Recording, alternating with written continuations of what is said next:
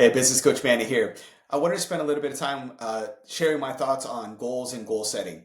See, I've been a business coach for over 10 years, and I've had the pleasure of helping clients across the globe. In fact, I've worked with clients in about 10 countries, over 30 US states. And before that, I was in the fitness industry for roughly 15 years. So I've had a lot of conversations with different people at different levels of life and with different personal goals and business goals around goal setting. And what I found is that there's four key components that make goal setting effective. And those are number one is the reason. We need to be really, really clear on our reason why we're even setting this goal, why this goal is important. Now, the more that we can have, and that more that we can have that why come to our forefront, the more that we can be connected to it, it's going to serve us well, because the reality is achieving a goal, anything worth striving for, is not always easy, right? We're going to have those ups and downs, but we can come back to that deep-seated why. Now, for the business, maybe that lines up with the mission of the business, right? Or with the core values and the clients that you're trying to serve, the employees that you have on your team, the impact that you're trying to have in the world. So that why has to really, really resonate. Number two is probably where we kind of all start, and it's that desired outcome, right? It's for people on a personal side, it's maybe a weight loss goal, and it's maybe a revenue goal for a business. And that's often what we desire. That the desired outcome is often how we set our goals and where we stop. My goal as a business owner is to double in revenue. My goal as a business owner is to add 80,000, 100,000, X number of $1,000 to the bottom line.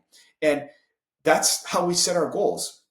We set the goal with just the desired outcome. Now, that's great to be clear on the desired outcome. Then the question is, how does that desired outcome help you reach your objective? What is your why behind that desired outcome? So we have the desired outcome, and then we have a deep underlying why behind it.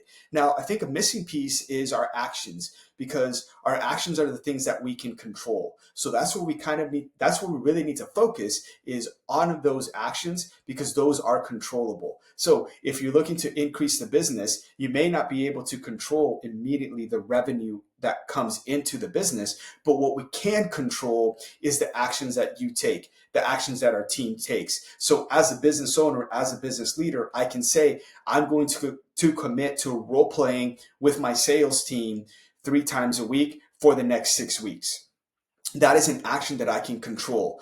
We can control the number of outbound calls that we do. We can control the number of reactivation emails that we send. We can control the number of networking meetings that we go to. We can control the number of interviews that we schedule. So you can see what are the controllables that we know we can tick off every day, every week, every month, that then we can come back and assess, okay, we did those actions. Are we closer to our desired outcome?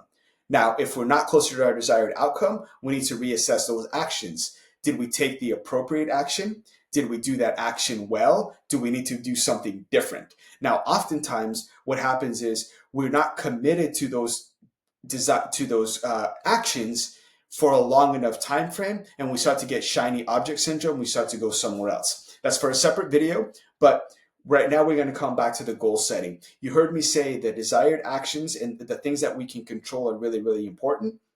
In addition to that is the time frame. So for how long are you going to take those actions to measure whether or not you're getting closer to your desired outcome?